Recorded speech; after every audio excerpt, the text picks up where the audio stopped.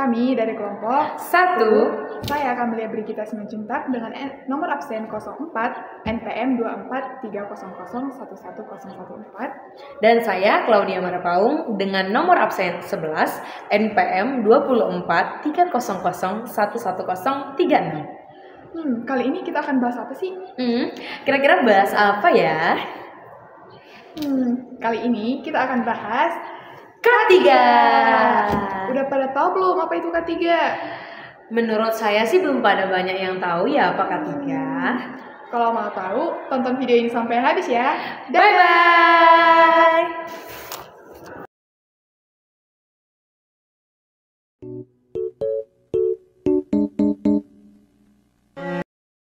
No!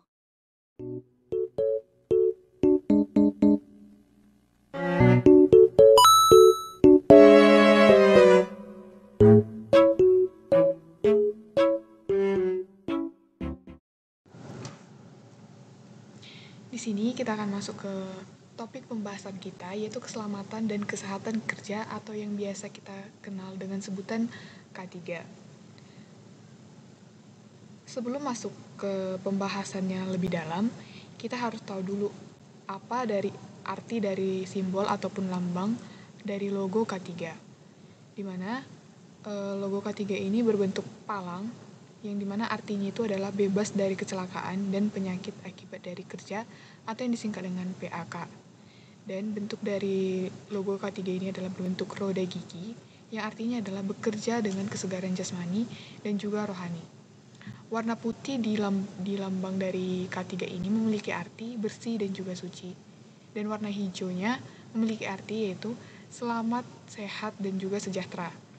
Sedangkan ke-11 dari gerigi roda yang ada pada logo K3 ini artinya adalah 11 bab dalam Undang-Undang Nomor 1 Tahun 1970 tentang keselamatan kerja.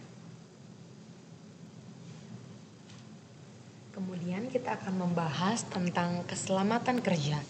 Keselamatan kerja adalah aturan usaha untuk melindungi tenaga kerja dari kejadian atau keadaan perburuhan yang merugikan atau dapat merugikan kesehatan dan kesusilaan tenaga kerja dalam melakukan pekerjaan dalam hubungan kerja.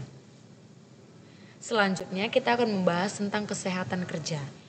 Kesehatan kerja adalah suatu kondisi kesehatan yang bertujuan agar masyarakat pekerja memperoleh derajat kesehatan setinggi-tingginya, baik secara jasmani, rohani, maupun sosial, dengan usaha pencegahan dan pengobatan terhadap penyakit atau gangguan kesehatan yang disebabkan oleh pekerjaan dan lingkungan kerja maupun penyakit umum. Nah, kemudian apakah itu K3? Menurut filosofi Mangkunegara, K3 adalah suatu pemikiran dan upaya untuk menjamin keutuhan dan kesempurnaan jasmani maupun rohani tenaga kerja, khususnya dan manusia pada umumnya, serta hasil karya dan budaya menuju masyarakat adil dan makmur. Kemudian, secara praktis atau etimologi, K3 adalah suatu upaya perlindungan tenaga kerja dan orang lain yang memasuki area kerja agar selalu dalam kesehatan selama melakukan pekerjaan di tempat kerja serta penggunaan sumber dan proses produksi secara aman dan efisien. Menurut keilmuan, K3 adalah pengetahuan dan penerapan yang dilakukan untuk mencegah terjadinya kecelakaan kerja atau penyakit akibat kerja PAK. Baiklah, selanjutnya adalah alasan mengapa sih keselamatan di tempat kerja itu penting. Itu alasannya karena setiap pekerja atau tenaga kerja ini memiliki hak dan juga untuk memperoleh perlindungan atas keselamatan dan kesehatan kerja, berupa pencegahan kecelakaan dan akibat kerja, juga pengendalian bahaya di tempat kerja, promosi kesehatan, dan pengobatan juga rehabilitas.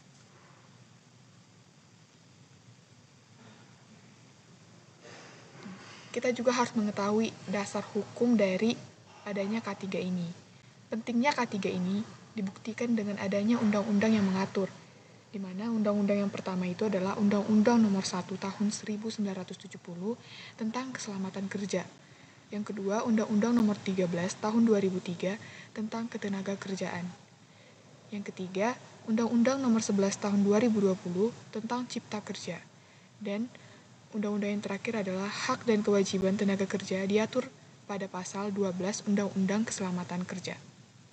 Keselamatan dan kesehatan kerja ini diatur dalam pasal 86 dan juga pasal 87 Undang-Undang Ketenagakerjaan, di mana dalam upaya keselamatan dan kesehatan kerja yang dimaksudkan dalam pasal 86 ayat 2 Undang-Undang Ketenagakerjaan ini memberikan jaminan keselamatan, juga meningkatkan derajat kesehatan para pekerja ataupun buruh dengan cara pencegahan kecelakaan dan penyakit akibat kerja, pengendalian bahaya di tempat kerja, promosi kesehatan, pengobatan, juga rehabilitasi. Nah, K3 ini dapat mewujudkan produktivitas kerja dengan adanya yaitu teknis pencegahan. Kedua, adanya kontrol terhadap bahaya yang akan dihadapi. Yang ketiga adalah adanya penanganan. Dan yang terakhir, menyediakan fasilitas bagi tenaga kerja untuk tetap mendapatkan perlindungan kesehatan seperti alat pelindung diri atau yang kita kenal dengan APD.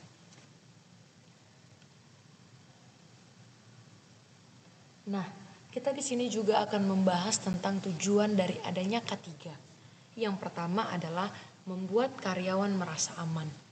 Tujuan utama K3 adalah karyawan merasa aman dengan adanya keselamatan dan kesehatan kerja berupa aturan-aturan. Yang kedua, agar karyawan berhati-hati dalam bekerja, di mana K3 ini membuat SOP yang baik dalam melakukan suatu pekerjaan, sehingga karyawan dapat mengikutinya agar berhati-hati dalam melakukan pekerjaan. Yang ketiga, tidak mengganggu proses kerja. Adanya K3 serta alat pelindung diri yang disediakan dapat membantu suatu proses pekerjaan berjalan dengan baik. Yang keempat, menghindari kecelakaan kerja. Yang kelima, menghindari tuntutan dari pihak-pihak tertentu.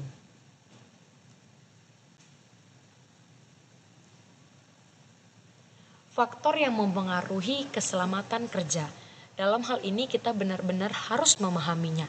Yang pertama adalah faktor manusia, di mana dalam bekerja manusia akan berinteraksi juga dengan manusia lainnya sebagai pelaku kerja itu sendiri. Oleh karena itu, perlu diperhatikan keamanan, keselamatan, dan kesehatan dalam bekerja. Yang kedua adalah faktor mekanik. Faktor mekanik dalam hal ini adalah bagaimana penggunaan kita terhadap mesin atau alat-alat dalam melakukan pekerjaan. Yang ketiga adalah faktor alam. Faktor alam yang dimaksud seperti gangguan, bencana alam, ataupun insiden-insiden yang berada di luar kendali kita. Yang keempat adalah faktor manajemen perusahaan.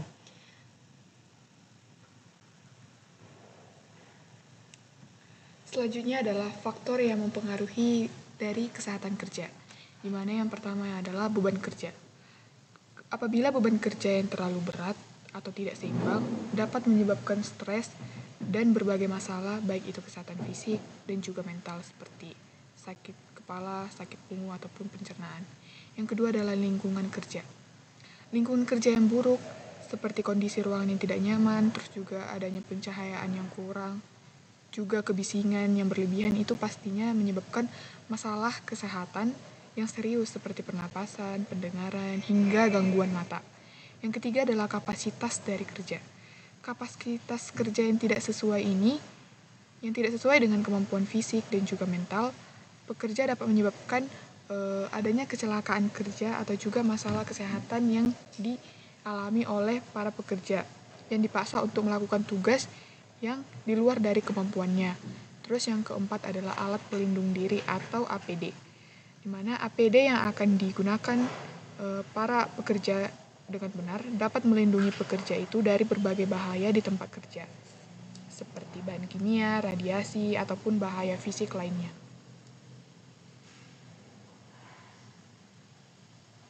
Kemudian kita akan membahas upaya-upaya pencegahan bila kecelakaan kerja terjadi. Yang pertama, kita harus mengidentifikasi dan mengendalikan bahaya yang ada di tempat kerja tersebut. Dalam hal ini kita bisa melakukan pemantauan kondisi apabila kondisinya aman atau tidak aman. Yang kedua, kita bisa melakukan pemantauan tindakan yang tidak amannya dan kita akan melakukan pembinaan serta pengawasan. Yang kedua adalah kita harus melakukan pemantauan kondisi tidak aman tersebut. Yang dapat kita lakukan adalah dengan melakukan pelatihan dan pendidikan. Kedua, adakan konseling dan konsultasi. Yang ketiga adalah dengan pengembangan sumber daya melalui sistem manajemen perusahaan.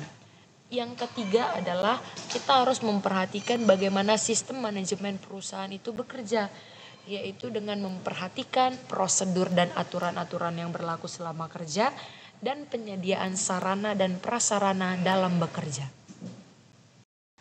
Selanjutnya adalah bahaya umum di tempat kerja.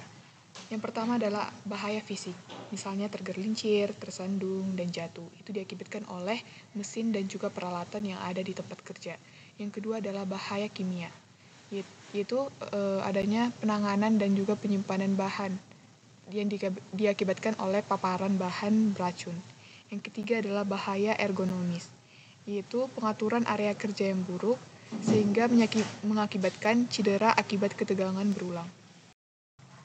Kemudian, kita harus memperhatikan praktik kerja yang aman sebelum kita memulai suatu pekerjaan.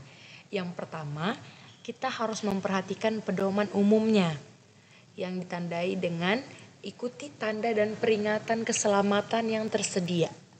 Kemudian, laporkan bahaya dan kondisi tidak aman bila terjadi. Yang ketiga, jaga kebersihan dan keteraturan di dalam bekerja. Kemudian poin yang kedua adalah praktik spesifiknya. Kita harus memperhatikan teknik mengangkat yang aman ataupun penggunaan alat dan peralatan yang tepat serta kepatuhan terhadap protokol keselamatan yang telah ditetapkan. Selanjutnya adalah kebijakan kesehatan dan keselamatan. Yang pertama adalah kebijakan dari perusahaan, yaitu gambaran umum kebijakan kesehatan dan juga keselamatan, juga merupakan tanggung jawab karyawan dan pemberi kerja. Yang kedua adalah kepatuhan, yaitu memahami dan mengikuti peraturan misalnya OSHA dan juga hukum setempat. Dan yang kedua adalah pentingnya dokumentasi dan juga pelaporan. Nah, ternyata K3 sendiri ini memiliki program-program yang akan dilakukan ketika bekerja, yaitu adanya identifikasi bahaya dan penilaian risiko. Kemudian yang kedua, mengatur kebijakan K3 itu sendiri.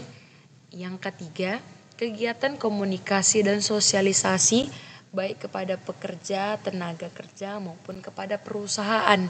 Yang keempat, melakukan inspeksi. Yang kelima, menerapkan jam kerja yang manusiawi. Yang keenam, pemantauan kesehatan. Yang ketujuh, menjaga kondisi lingkungan kerja agar tetap aman dan kondusif. Yang kedelapan, program keadaan darurat. Yang kesembilan, evaluasi dalam penerapan K3 itu sendiri. Nah, selanjutnya di sini kita akan masuk ke ruang lingkup dari K3 itu. Kesehatan dan juga keselamatan kerja diterapkan di semua tempat kerja yang di dalamnya itu pastinya melibatkan adanya manusia, tenaga kerja, bahaya akibat kerja, juga usaha yang dikerjakan. Nah, aspek perlindungannya itu adalah tenaga kerja, terus peralatan dan juga bahan, faktor lingkungan, proses produksi, karakteristik dan sifat pekerjaan, juga teknologi dan metodologi. Semua pihak yang terlibat dalam proses ikut bertanggung jawab atas keberhasilan usaha dan dalam keselamatan kerja.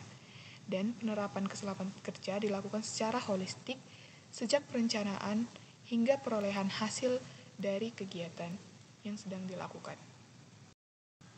Selanjutnya adalah rambu dari K3. Nah, rambu K3 ini merupakan sebuah media komunikasi visual berupa piktogram ataupun simbol, juga teks ataupun pesan yang berguna untuk menyampaikan informasi ataupun bahaya atau pesan-pesan K3 kepada para pekerja kontraktor dan juga tamu yang berada di area perusahaan.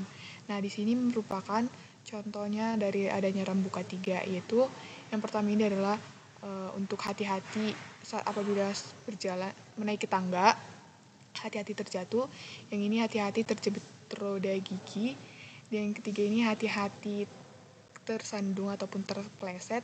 Dan yang terakhir ini adalah rambu untuk hati-hati apabila tersandung. Sebenarnya K3 telah diterapkan di sekeliling kita, bahkan di kampus kita. Masa sih? Benar. Kamu pengen tahu? Mau. Oke, kita lihat contohnya.